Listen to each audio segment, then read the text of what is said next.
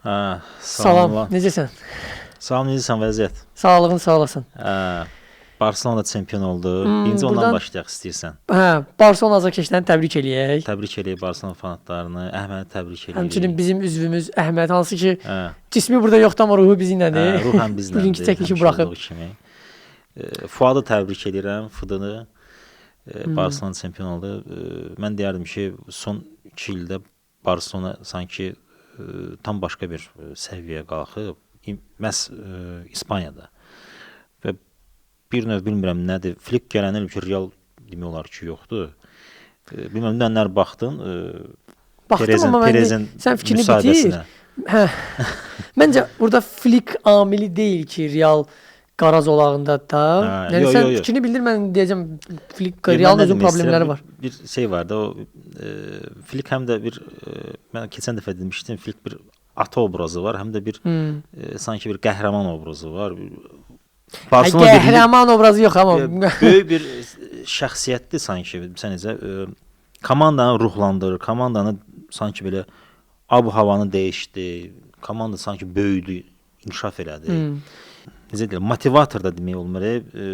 Mənəvi lider mi deyəm, yoxsa nə deyim, amma lider deyə bilərik. Məncə Flick bax o liderdir, bir məşqçi kimi o liderdir. Hansı ki sən həm də oyunçunun sadəcə rəhbəri deyilsən, həm də oyunçunun tərəfdaşı olursan sən.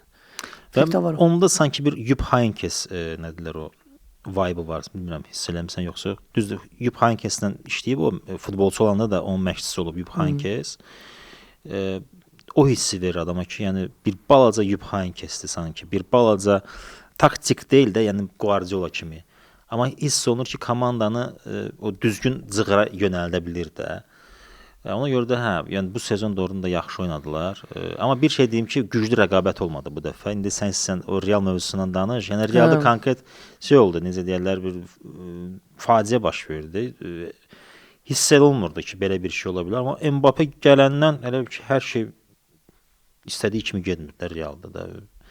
Plus Xabi Alonso da çıxartdılar. Bax, problem məncə odur. Mbappé gəlməyi deməzdim ki, mən bir dənə oyunçunun problemidir bu.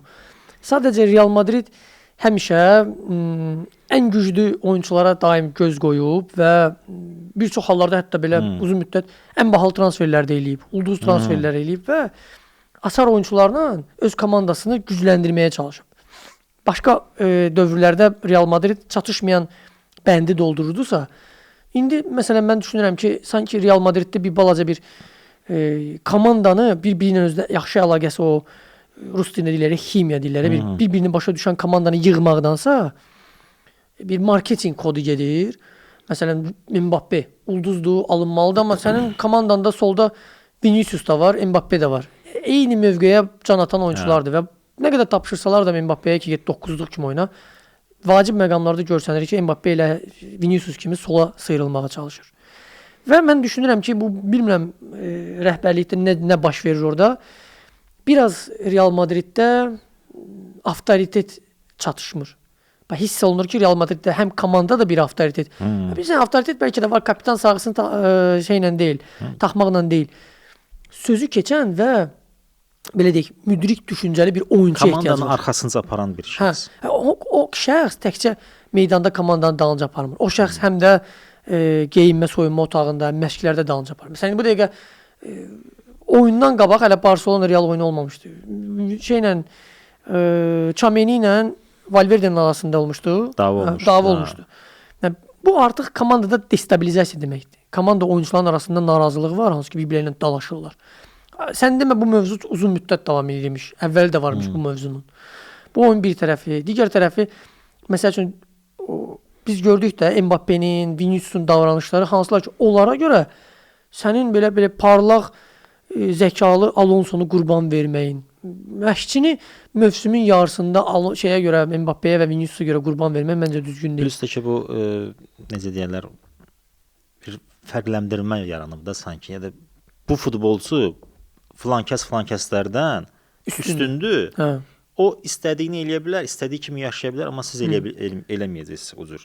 Təbii o cür yaşaya bilməmisiniz. Mbappé gedib İtaliya, Cagliari'yə, yəni nədir, sevgilisi ilə özü üçün keyf eləyir, necə deyirlər, yeyib içib keyf eləyir. Bu birisi futbolçular orada qaçırlar, məşq eləyir. Xeyr olar. o gedir orada şeylər biz niyə görə məşqlərə qoşulmur?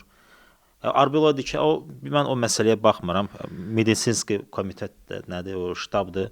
O icazə verib gedib. Sən xaos var və bu xaosu sən yoluna qoyan bir adam da yoxdur. Sən Arbeloa elə bir adam deyil. Biz bunu gördük ki, bu yumşaq təbiətli adamdır da, belə deyək də. Yəni yaxşı olacaq. Gəlin əl-ələ verək, məşq eləyək, oynayaq. Heç bir cərimələri olmayacaq filan beşməkan. Ürəyiniz istədiyi vaxt gəlin məşqə belə elə. Bu düzgün yanaşma deyil. Mən düzgün saymıram. Yəni məşqçi komandada o disiplini qorumalıdır. Şey olmalıdır ki, yəni yox da bu qayda qanun budur. Məsələn, Xabi Alonso necə gəldi? Xabi Alonso gələn kimi deyir ki, saat 9-da hamı məşqdə olmalıdır. Aysun. Saat filan vaxtı misal üçün. Və bu cür amillər bir necədir? Məsəl üçün başqa klublarda bunlar bəyənilən amillərdir. Gəlir hamı da qibtə eləyir ki, nə gözəl. Bundan qabaq məşqçi biraz azadlıq vermişdi. Bu gəldi daha sərtdir. Gözəl olacaq. Əksinə oyunçular narazılıq eləyəndə sən də Xabi Alonsonun tərəfini saxlamaqdan, bu disiplindən görə Xabi Alonso ilə ayrılırsan, mən düşünürəm ki, Real Madridin atdığı məsəl üçün böyük səhvlərdən biri ilə Alonso ilə yarımçıq ayrılması. Alonso bir mövsüm heç olmasa bilmədi, məncə 2 mövsüm vaxt vermək lazım idi Alonsoya. Vermək lazım idi, amma bu heyətlə yox da, bu heyəti də özü yığaydı qoy. Çünki bu heyətə gələndə artıq o gördü ki, bu problemli heyətdir. Kim gəlir gəlsin, yəni Jose Mourinho gəlsin, yoxsa kim olacaq? Klopp inanmıram olsun. Kim olur olsun, bu problemli heyətini bacara bilməyəcək. Yəni Jose Mourinho birincisi necə deyirlər, o geridə qalmış məşqçidir. Mənə görə onun artıq fəlsəfəsi, ideologiyası artıq müasir futbol köhnəliyib deyil artıq. Müasir futboldan uzaq adamdır artıq.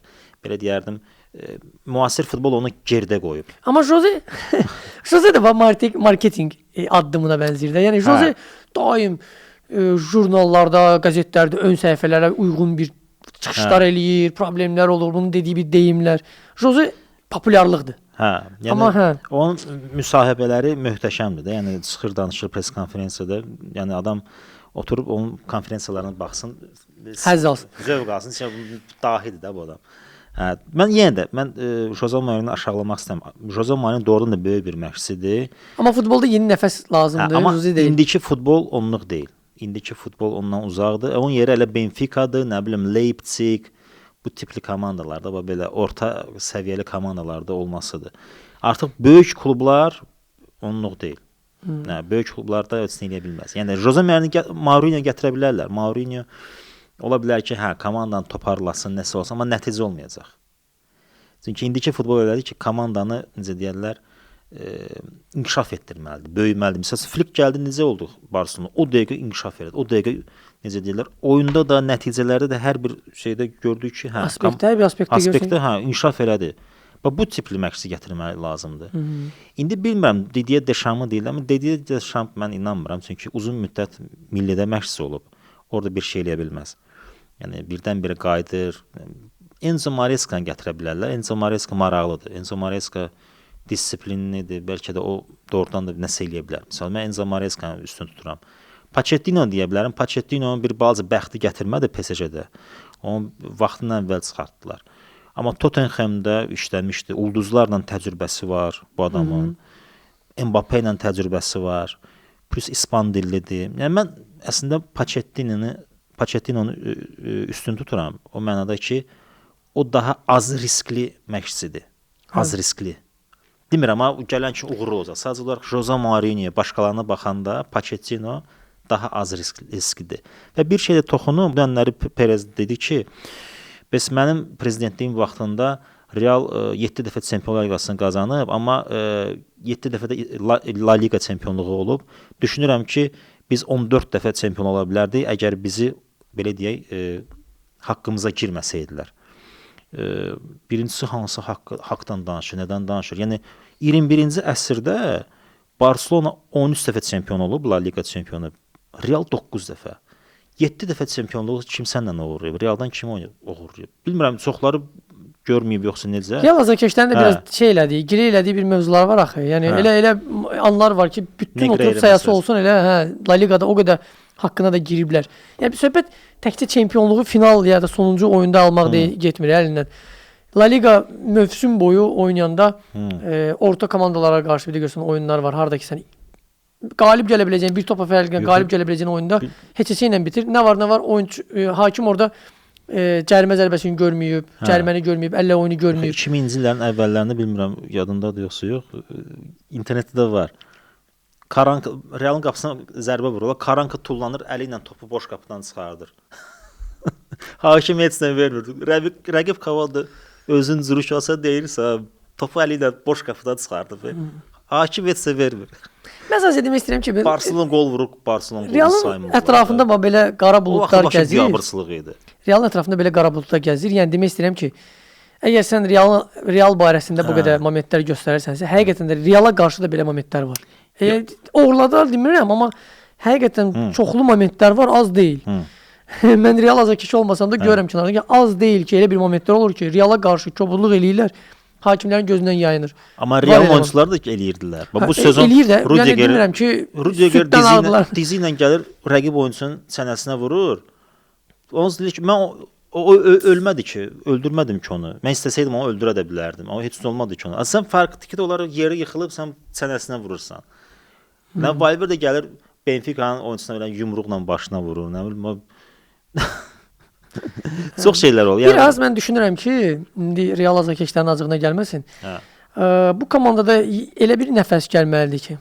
Mourinho da o deyil. Mourinho da bir balaca hisslərə hakim olan. Yox, Mourinho heç eləyən deyil. Yox, emosiya qatır da komandaya. Yox, qatmağını bir balaca soyuqqanlı və disiplinli məşqçi lazımdır. Məsəl üçün Heinkes qayıdıb gəlsəydi məşqçiliyə, gələrdi bax Reala, Real da məşq elətdirib özdə o. Heinkes tipli bir insan lazımdır ki, Real sanki bir balaca özünü kostyum geyinmiş centilmen kimi aparsa. Bax, bu dəqiqə Realda o Vinicius kimi, sonra ötən mövsümün çox çılğın Nachosu kimi, sonra səhvlər eləyən Kamavingası kimi, Tchouaméni kimi şeydə məşqlərdə dalaşan oyunçular kimi belə necə deyim, emosional destabil oyunçuları var. Və Reala həqiqətən də elə bir adekvat və güclü avtoritet bir məşqçi gəlməlidir ki, desin ki, qardaş, biz özümüzü centilmen kimi aparırıq. Biz özümüzü maksimum atlet və idmançı kimi aparırıq. Bunların hamısını qoyuruq, provokasiyalar qırağa qoyuruq. Rəqibi provokasiya eləmək idmanın bir hissəsidir, amma oyunu biz bu ilə əldə eləməliyik. O şey var ya, məşqçi o cür davranması üçün gərək rəhbərlikdən, o necə deyirlər, okey almalıdır ki, mən sənə o nüfuzu verirəm. Heç kim etsin, mən səni çıxartmayacağam. Hərəkəti belə durmuşam dalında. Bu klubda prezidentli birinci yerdə, prezidentli birinci yerdə, ikinci yerdə sənsən. Sən heç kim gəlib bir dənə söz deyə bilməz. Onu məşqçiyə vermək lazımdır, baxın. O nüfuzu Xabi Alonso'ya vermədilər, Arbelo'ya vermədilər. Əlbəttə, o nüfuzu sən verməyəndən sonra məşqçin kimdir? Heç kimdir. Peşka, heç kim. Heç kim onu saymır. Sən nə edə bilərsən? Cərimələyəcəksən, orada da artıq narazılıqlar başlayacaq. Sən o nüfuzu verməlisən məşqçiyə. Jose Mourinho gələndə deyəcək ki, biz nə var? Mən gəlirəm, amma mənə o nüfuzu ver, mənim arxamda dur. Dinlə ki, nə istəsən elə, öz hərəkətini elə, cərimələndir. Necə lazımdır ki, qayda qanun yarat. Mənə toxunma. Mən də onu eləyəcəm. Hamını cəzalandıracağam, cərimələyəcəm. Hər şey yoluna düşəcək. Amma Xabi Alonso onu vermədilər. Nəysə, keçək Çempionlar Liqasına. Yarı finallar artıq bitdi. Finalistlər məlum olublar. Və birinci gəl başlayaq. Əvvəl soyuq qəlyanaltılardan. Arsenal Atletico Madrid oyunundan. Arsenal Atletico oyunundan deyə bilərəm. Bunu əvvəlkində də dedim. Dedim ki, biz Atletico'nun bir balaca şanslı görürəm. Bir halda ki, birinci oyunu udsunlar. Amma birinci oyunu udandan sonra, heç olandan sonra mən üçün burada aydın idi ki, Arsenal keçəcək. Çünki inanmırdım ki, heç inanmırdım Atletico'ya. Yəni belə deyim də möcüzə bir şey olmalıdır ki. Mən inanırdım Atletico keçəcək. Mən düşünürdüm ki, Atletico gəlib istifadə edər ki, uduzmamışıq da, hesab bərabərdir. Bir dənə əks hücumu yaradıb bir gol vurar, Arsenal sonra bir gol vurar. Mən keçən dəfə dediyim kimi, mən gözləyirdim ki, bu oyunda PSG məsəl üçün Bavariyadan əgər mən gözləyirdimsə belə az aşağı hesablı. Keçən dəfə vurdular, qansu yerinə axırdı. Bu dəfə gözləyirdim ki, bunlar sabit oynayarlar, amma Arsenal'la Atletico əks hücumda bir-birlərini tutarlar. Çünki artıq ikinci oyundur. Nəticə lazımdır burada. Arsenal'ın üstünlüyü nədir? Arsenal elə bir oyun stili ilə oynayır ki, sən orta xətti keçməyə çətinlik çəkirsən. Arsenal elə bir oyun üslubu təklif eləyir ki, sən o oyundan çox çətin bacarırsan. Yəni neudobno da, yəni rahat olmayan bir oyuna girişirsən, hansı ki sən oyuna uyğunlaşmamısan. Plus da ki Atletico Madridin mənə görə futbolda, yəni hal-hazırda bu belədir. Əsas oyunçusu meydanda pivotdur. Oyuna temp verən, oyunu sürətləndirən, oyunu hücumu yönəldən Yoxdur pivotdur. deyirsən, hə? Yoxdur. Pivot dediyimiz yəni dayaq nöqtəsi. Dayaq 8 nömrə, belə deyək də, 8 nömrə hansı ki hücumun ilk fazasında hücumu yönəldir. Məsələn, playmaker o adamdır ki, artıq hücumun son fazasında açar ötürmələr eləyir. Açılışlar eləyir, ya çəkir, özü vurur, ya elə bir pas verir ki, o birisini çıxardır, kimisə başqasını asma atır. Amma pivot odur ki, hücumun birinci fazasında hücumu yönləndirir, inkişaf etdirir. Pivot yoxdur. Yəni belə bir komanda yığmısan və burada keyfiyyətli bir dənə pivotun yoxdur. 10 nömrədir, bilinmir 10 nömrə səndə Griezmanndır, kimdir? Yəni hiss olunmur. Yəni necə quracaqsan hücumu, necə vuracaqsan qol? Julian Alvarez gedir, itir batır sol cinahda. Lukman çalışır nəsə eləsin, necə deyirlər, açıq məkana çıxsın, alınmır. Juliano nəsə eləmək istəyir, alınmır.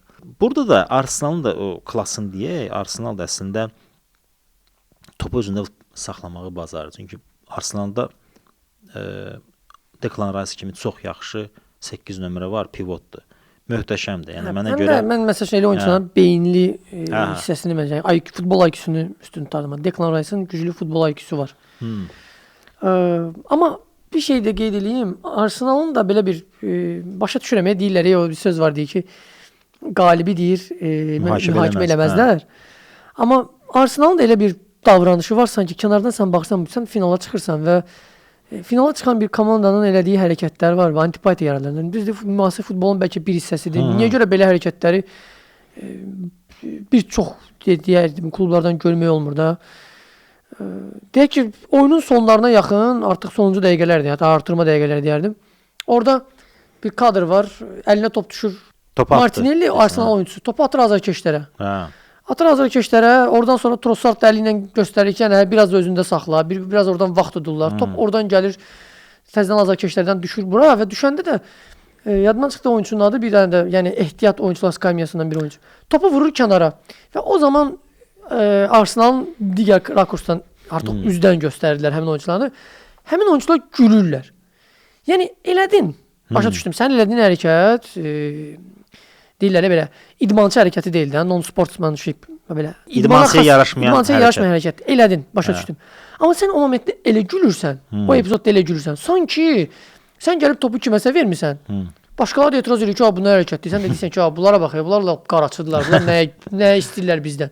Sən üzr istəyirəm, eləmirsən cındırlığı, qəbul elə ki, mən uzatdım vaxtı. Yəni nəyə gülürsən sən? Məncə bax elə hərəkətlərə görə, o idmançıya yaraşmayan hərəkətlərə görə hakim bir dəqiqədə oyuna əlavə eləməlidir. Çox olardı, yəni nə qədər oyuna əlavə eləmiş olardı. Olsun da, oyun getsin. Nə var ki, onsa məsələn 3 dəqiqə əlavə eləyir. Orada əgər nəsə olsa bir dənə əlavə. Görəcək ki, rəqib komanda görəcək ki, 1 dəqiqə əlavə olanda artıq elə bir şey yığışdırılacaq. Məncə elə hərəkətlər axı idmana layiq hərəkətlər deyil, amma deyək ki, oyunun içində çərçivəni pozmadı da bu dəqiqə. Yəni sarı kartını verdi, cərimələdi. Lap lazım gəlsə qırmızı kartını verərdi. Həmin oyunçu hazır olardı ki, qırmızı alsın, komandası finala çıxsın, eybi yox. Gələn mövsüm nə hansısa bir oyunu buraxaram da. Məncə elə epizodda araşdırılıb sonradan cərimə verilməlidir. Məsəl üçün diskvalifikasiya və yaxud da ki pulla cərimələmə. Çünki oyunçu başa düşməlidir. Necə ki Suarez deyək ki, kimsə dişlədi. Həmin oyun mən ona sarı kart verə bilərdi və yaxud da ki cərimə zərbəsi verdilər. Oyundan sonra araşdırıldı və buna diskvalifikasiyalar verildi də bir müddətlik. Belə hərəkətlərə görə də verilməlidir diskvalifikasiya ki, oyuncu başa düşsün ki, yox, oyunda maksimum idmançı kimi hərəkət etmək lazımdır. Mən yenə də Arsenalın oyununa baxanda hiss olunur ki, bir balaca hələ ki, hər şeyi ləng eləyirlər. Məsələn, bu Atletico'nun oyun göstərdikləri oyun ki var, mən oyunu yüksək səviyyəli oyun saya bilmərəm. Bir neçə səbəbə görə. Birincisi, sənin oyunda sürət yox idi. İkincisi, sən birinci qolu vurandan sonra sən çalışmırdın ki, ikinci qolu vurum. Vurasan, üstünlüyü artırasın. Necə deyərlər, söhbəti bağlayım da, bilin necə. Sən çalışın ki, topu saxlayasan, rəqib heç nə eləyə bilməsin. bəli, sən nəticəyə oynayırsan, amma yenə də istər-istəməz məsəl üçün bilmirəm sən baxırdın yoxsa Dediyim də bax odur. Dediyim Hə. can da odur ki, sən bir məsəl üçün Arsenal azarkeşləri istəyirdilər ki, Arsenal Atletico Madrid əssin. Bunlar desən ki, biz əzdik çıxdıq finala. Hə. Daha deməsinlər ki, bu dartdıq, bir dənə vurduq. Söhbət əzməkdən getmir. Aston Villa necə Aston Villa 4-0 oldu, düzdür? Mən məsəl üçün Aston Villa Nottingham Forest oyunundan daha çox zövq aldım, nəinki Arsenal Atletico Madrid. Çünki oyunda hiss olunur ki, sən baxırsan, deyirsən ki, bunlar nə oldu? Nəsə paslaşdılar, paslaşdılar. Bir çıxart da kimisə açılış ver, asma elə, ver Madueke qaldırsın. Gökerşin boyu 1.90-ı başla vursun. Sonra da mavi gözlərini bərəlsin. Yəni sən hücumda bir ideya yoxdur, elə bil ki, sən paslaşırlar, nə etmək istəyirsiniz də, nə etmək? Qapıya vurmaqsan, vur da qapıya. Asma eləmək istəyirsən, qaldır. Nə etmək istəyirsən, bilinmir. Paslaşırlar. O qol da bir sən necə vurdu, daha belə bir sən, daha öldük də, daha şükür Allaha da, gol oldu. Bax belə oldu. O da necə Stadionda hamı dincəldi, azarkeşlər hamısı dincəldi. Hamısı Madrid rahat oldu. azarkeşlər də dincəldi. Yəni vurduz da. Əl çək. O momentdə Gökerşi də qeyd eləyim. Bir dənə oyunda yaxşı epizod oldu ki, Gökerş topda mübarizə apardı, topu qazandı. Qaldırdı Trossardı. Trossard vurdu, özü də zamaq elədi evrendə. Zamaq elədi. İkincidə vurdu. Saka bildi ki, topu qaytaracaq, saxlayamayacaq o zərbəni. O Sakanın da orada bax, cavan yaşında çox gözəl mövqeyi var idi orada. Hamının ofsayt bildiyi, amma müdafiəçidən bir addım geridə idi zərbə anında. Çox yaxşı mövqe seçmişdi Saka. Və geniş planda baxanda mən yüksək səviyyəli keyfiyyətli oyun sayılmır. Məsələn, mənə görə Brighton göstərdiyi oyun, keçən il danışdım. Brightonun göstərdiyi oyun mənim üçün daha ləzzətli gəlir. Çox qəşəng, baxımlı oyun göstərirlər. Düzdür, nəticə var, bəli. Çempionluq Premier Liqanı udmağın belə astanasında da, yəni 2 oyunu qalıb. Yəni yəqin ki, Burnley-ni udacaqlar. Axırıncı turda Crystal Palace-ı da udsalar çempiondur. Düzdür. Premier Liqanı uda bilərlər, Çempionlar Liqasını da uda bilərlər, amma mənə görə bax bizə necə çempiona necə olur biz? Çempiona layiq mövsüm keçirmir də. İndi inciməsin Arsenal azarkeşləri, amma baxımdan da o dominasiya hiss olunmur. Bəli, nəticə qazanırsınız. Sanki Arsenal Leicester kimi oynayır. Yəni biz Leicester hələ daha şey oynayırdı, daha çılğın oynayırdı. Sanki Arsenal hələ bir ki Wolverhampton kimi oynayır, ya falan kimi. Yəni ki biz əlimizə düşüb oynayırıq da, kim bizi mühakimə edə bilər? Bu mərhələni keçməkdir qabağımda şans. Mən də rəqibi udmaq istəyirəm. Aysun, mən də demək istəyirəm ki, yəni düz nəticə olacaq. Əla, super. Premier Liqanı utdunuz. Çempionlar Liqasını qazandınız, misal üçün də tutalım. Hesab eləyək ki, ikisini də utdular. İkisini də utdular tutalım. Əla, super. Hamımız sevinir. Okay, amma biz bu oyundan ləzzət ala bildik yox. Sizə nə qaldı? Quru nəticə. Hə. Amma indi o birisi oyuna keçməmişdən qabaqda bir də oyun nəticə, yəni biraz şey olar, sərt olar deyərəm. Yəni prosta biz nailiyyət qazandıq. Bax, quru nəticə sözünə görə bir şey deyirəm. Final oyununda analiz edəndə bunu deyərik. Əgər finalda qalib gəlsə Arsenal, bütün oyunları qalib gəlib çempion olmaq üçün olar. Tarix yazmış olacaq. Belə bir tarix yaza bilər. Bəli. Orada da artıq kimsə deməyəcək ki, sən Atletico-nu 1-0 utdun. Tarixdə o dediyin kimi, mən oyuna razıyam. Yəni ondan bir söz yoxdur. Amma yenə də sırf oyun baxımından, yəni mən belə deyim, futbolu sevən adam ki, mən Arsenal oyuna baxanda ürəyim sıxılırdı. Yəni istər-istəməz darıxıram. Adamın nəfəsi çatmır, oksigeni çatmır adam. Sonra Barcelona oyuna baxanda mən ləzzət alıram. Məsələn, Barcelonadır, Brightondur, yaxşı oyun oynayırlar. Məsələn, elə Aston Villa'nın oyununu da deyə bilərik. Gəl indi keçək Bavariya PSG oyununa. Hə. Bavariya PSG oyunundan danışaq. Keçək oyuna. Və Bavariya PSG oyununda, yəni statistikada indi bayaqlarında telefonda da baxdım. Yəni bunu da bir təzədən səsləndirmək olar. Oyundan sonra hətta yəni deməzdim diqqətsiz oyuna baxanlar deyə və ya da ki oyunda qol vurmaq, yaranmış epizodlara görə şeylər eləyənlər var, analiz eləyənlər var bəzi insanlar. Deyirlər ki, məsələn PSG Bavariyadan üstələmişdi. Bavariyanın oyununun ötən dəfəki kimi alınmamasının açıqlaması PSG-nin üstələməsi demək deyil. Yəni o statistikaya baxanda görünür ki 60 neçənin 30-a 62-nin 38 idi yoxsa belə 63-ün 37 idi, 61-in 39 idi. Belə topa sahib olma var idi. Sonra Bavariyada əgər qapıçı 6 seyv eləmişdisə, yəni bu PSG-nin zərbələrin sayıdır. PSG-nin də qapıçısı Safonov 5 dənə seyv eləmişdi. Bu da Bavariyanın qapıya vurduğu zərbələrin sayıdır. Sonra ümumilikdə 18 və 10 neçə attempt deyirlər də, total attempt deyirlər. Qapıya olan hücumlar sayıdır. Atakaların sayı az qala bərabər idi.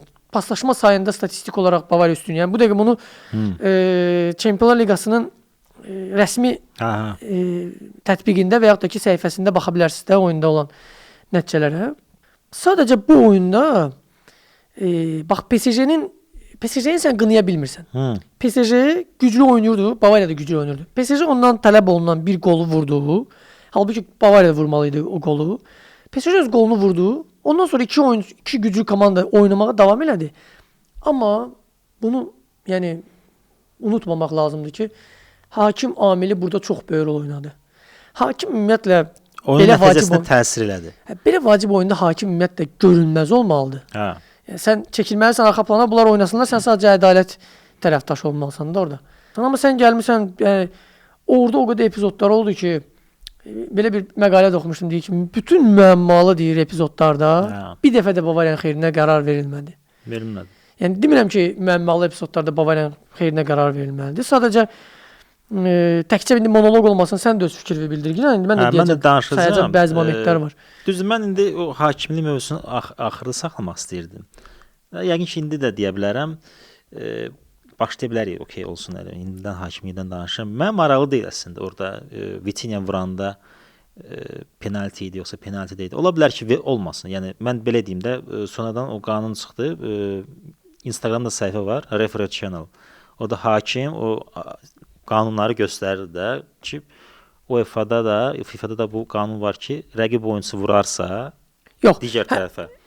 Hə, rəqib oyunçu vurarsa və top qapıya tərəf gedərsə, topu bloklamaq məqsədi ilə öz bədənin ərazisini genişləndirsə, bu da penaltidir. Amma burada razıyam ki, penalti deyil də. Hə.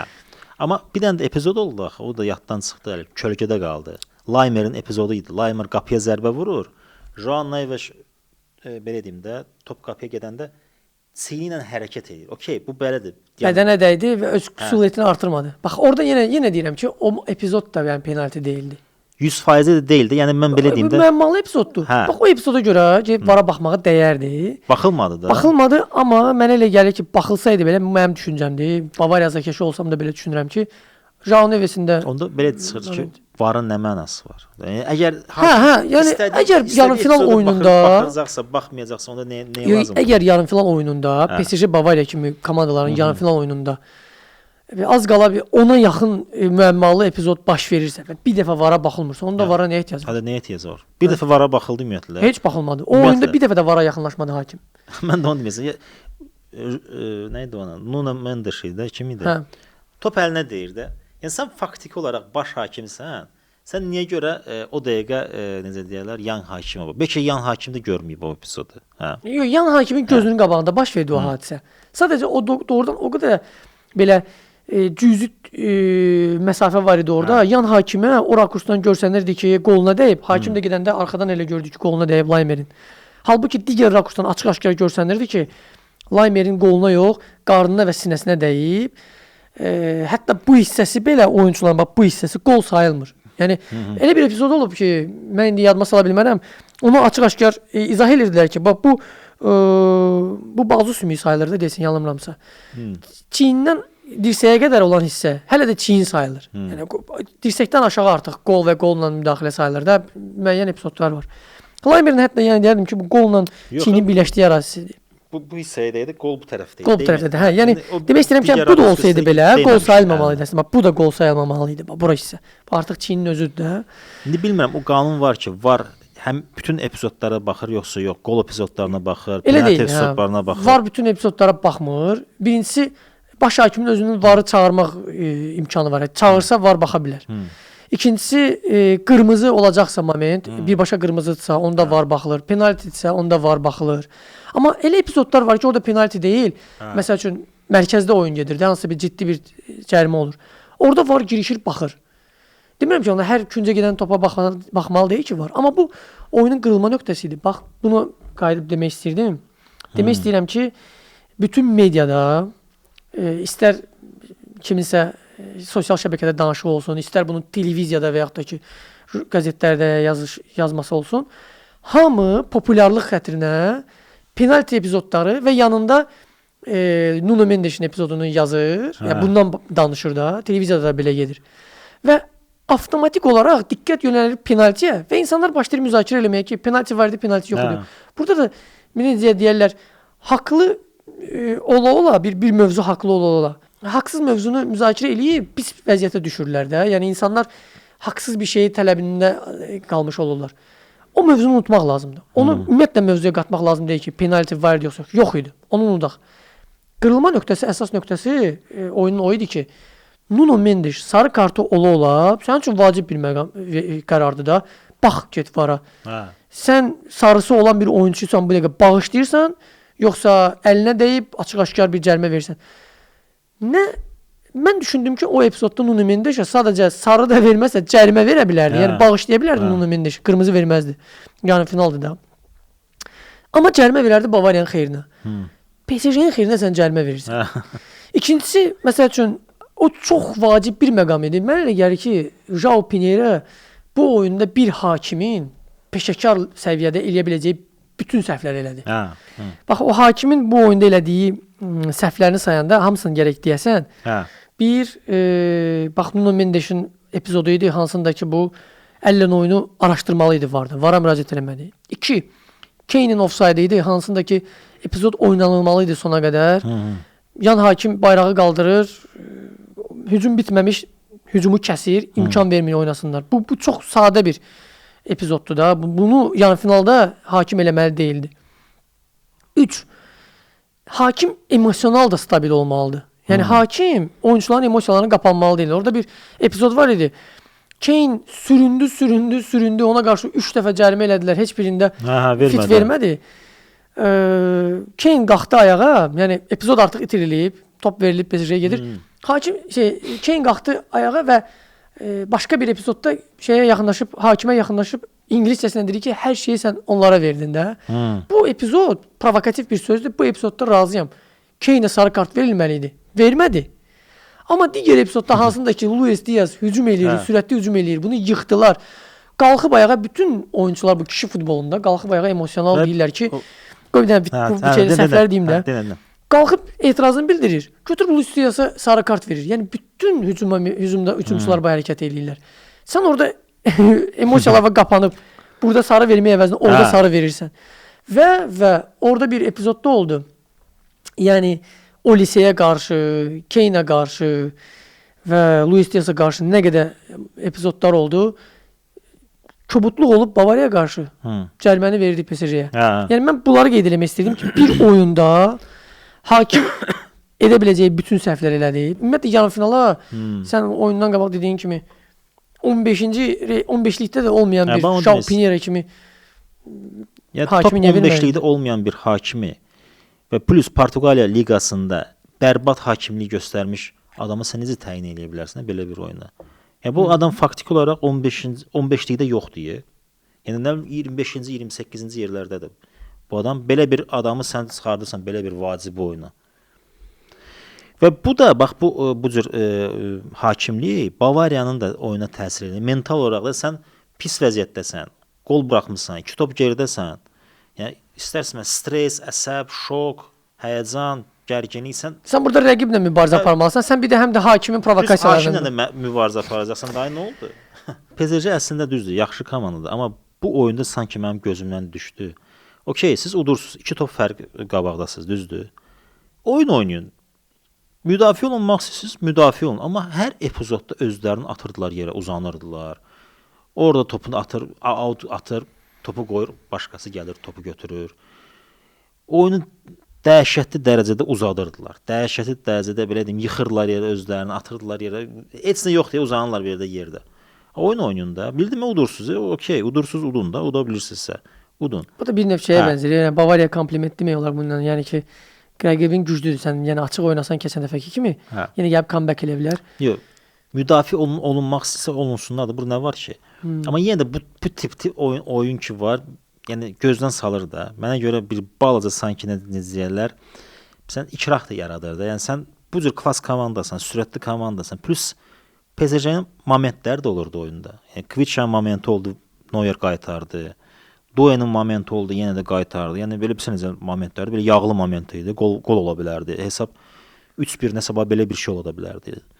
Yəni var idi, momentləri var idi PSG-nin. İndi oyunun haqqında danışaram. Bavariyanın əsas problemi nə idi? Mənə görə Bavariyanın əsas problemi Gnabry'nin zədə alması idi. Gnabry hücumda çox vacib bir element idi. O da gəlib elə bir momentdə yəni zədə aldı ki, bəlkə də finala kimi çıxsaydı Bavariya elə heç. Yox, elə bir momentdə zədə aldı ki, yəni desən ki, məşqdə zədə aldı, məşqdə. Yəni sən o çox böyük bir itki oldu. Çünki PSG-nin oyuna Gnabry kimi oyunçusu lazım idi hücumda ki, işləsin, mübarizə aparsın, pressing yaratsın, o boşluqları doldursun. Bütün mövsümü Musiala zədədə keçirmişdi. Və komanda o Gnabry ilə oyuna uyğunlaşmışdı. Yəni hücum oyun konsepsiyası ilə qurulmuşdu ki, Gnabry orada vacib bir funksiyanı yerinə yetirirdi. Qara işi görürdü. Belə deyək də, yəni boşluqları da doldururdu. Həm qara iş görürdü, həm vacib olanda özü də çıxırdı, 9 nömrə kimi oynayırdı, 11 nömrə kimi oynayırdı. O Luis Diaz'ın qolu var ya Reala. Top Olisi'dən gəldi Kane'ə. Kane pası verdi Gnabry'yə. Gnabry də çıxartdı Luis Diaz'ı təkvətəyə. O da bir Anna Kasanya vurdu, gol oldu. Orada daban pasını Musiala verməmişdi. Yox, birinci oyunda Luis Diaz gol vurdu deyə. Hə, bildim ha. Bildim. Kombinasiya necə getdi? Olisi'dən Kane'ə, Kane'dən Gnabry'yə, Gnabry də çıxartdı. Orada Gnabry özü Luis Diaz'ı vurdu. Gəlib pası verib Kane'ə hələ özü az qala hücumda meyillə çıxmışdı. Oradan sonra topu alıb Luis Diaz'a vermişdi. Atalanta ilə oyunda Kane çox dərindən getmişdi. Ortada oynayırdı demək olar ki, 10 nömrə kimi. Bir dənə ötürmə getdi Olisi'yə. Olisi Gnabry'ni çıxartdı təkvətəyə, Gnabry vurdu. Yəni Gnabry çox vacib funksiyanı yerinə yetirdi. Bu boşluqları dolduran oyunçu sanki bir çox böyük bir təhlükəli oyunçuya çevrilir. Yəni sən artıq fokuslanırsan ki, aha Kane buradan nəsə belə eləyəcək, pas verəcək, Luis Diaz birdən-birə Gnabry çıxır ortaya, hop, gol. Bax belə bir oyunçu itirildi və Musiala iki oyunda da zəif oynadı. Mən düşünürəm ki, Musiala'nın yerinə ya Goretzka oynamalı idi, ya da riskə gedib Nicholas Jackson buraxmalı idi. Məncə Nicholas Jackson o deyildi. Yəni o effekti verməyəcək. Amma Goretzka ilə razıyam. Goretzka məsəl üçün deyirəm, Goretzka dayaqda oynasaydı, Pavlovic hücumçuların arxasında oynasaydı və yaxud da ki əksinə Goretzka hücumçuların arxasında, Pavlovic dayaqda oynasaydı Kimixlə bir yerdə başqa bir effekt ola bilərdi. Və yaxud da ki Goretzka hücumçuların arxasında, Kimixin yanında Bishov.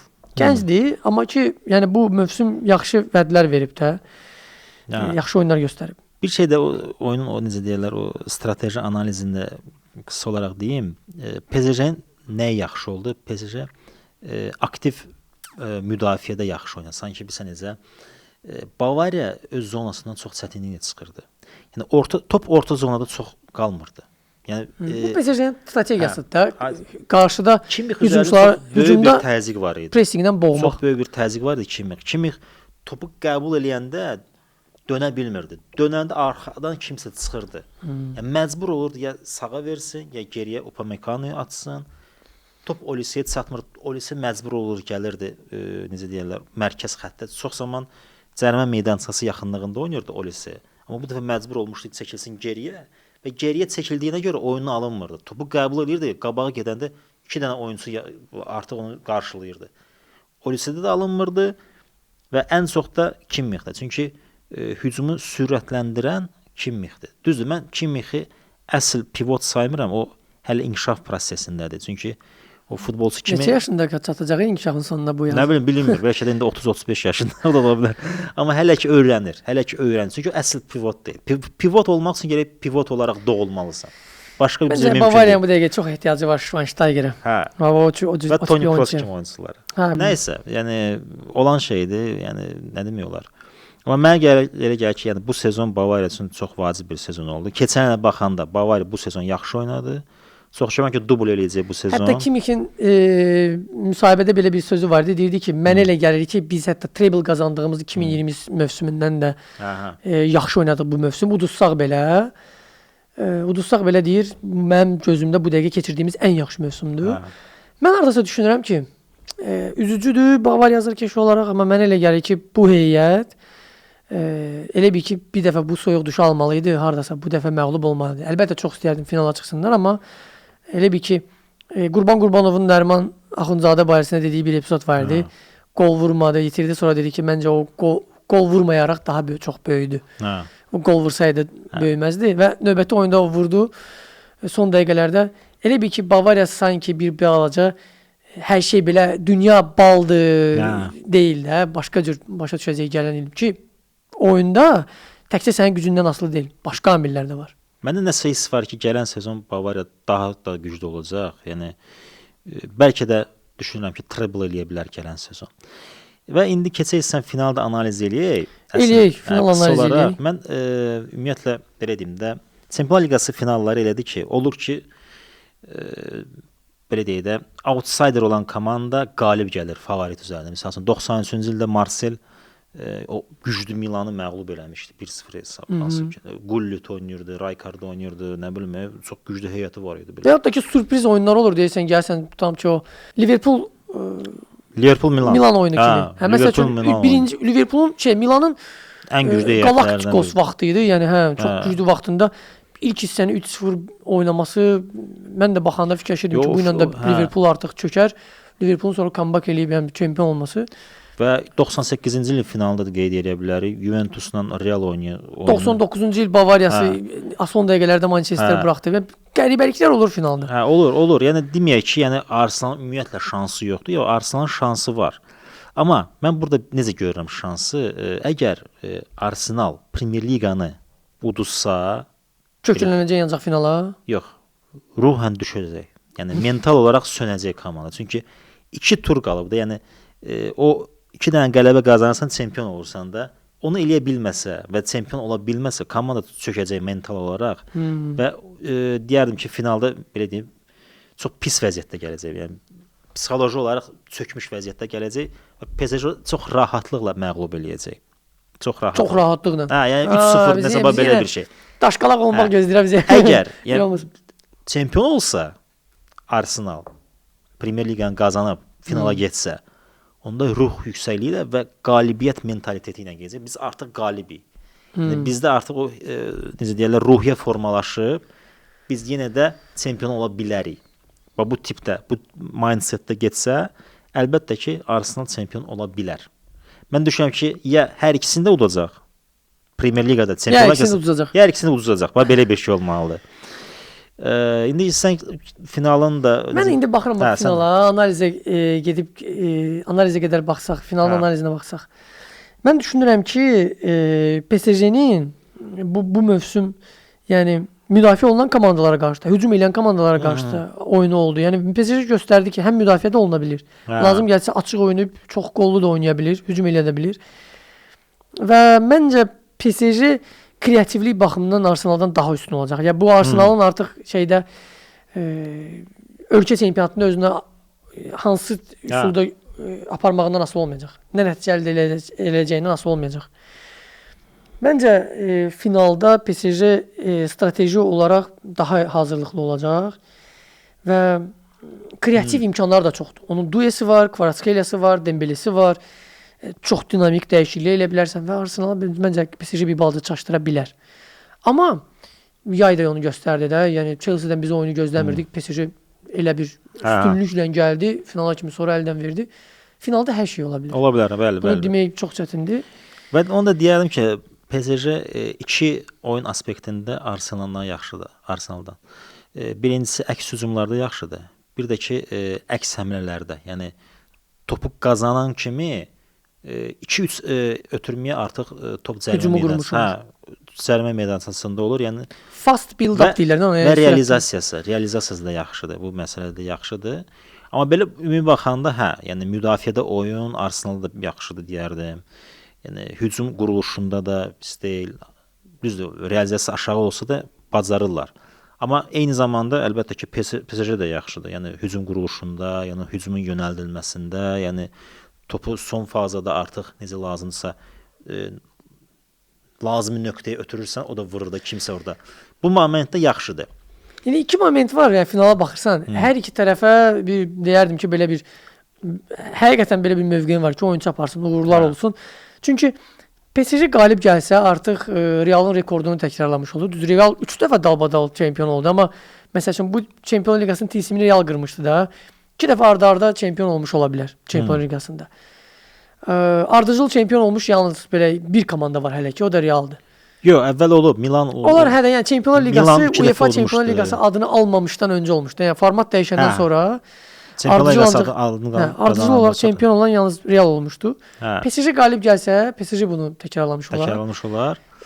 Arsenal qalib gəlsə, məsələn, Arsenal da uzun ümumiyyətlə Çempionlar Liqası qalib olmayıb və bunun birdən-birə qalib olması üçün bütün oyunları qalib gələrək unbeaten Mən belə bir düzün qalib desəm olmalı. istəməzdim ki, futbol ən çox da Çempionlar Liqası NBA-ya çevrilsin.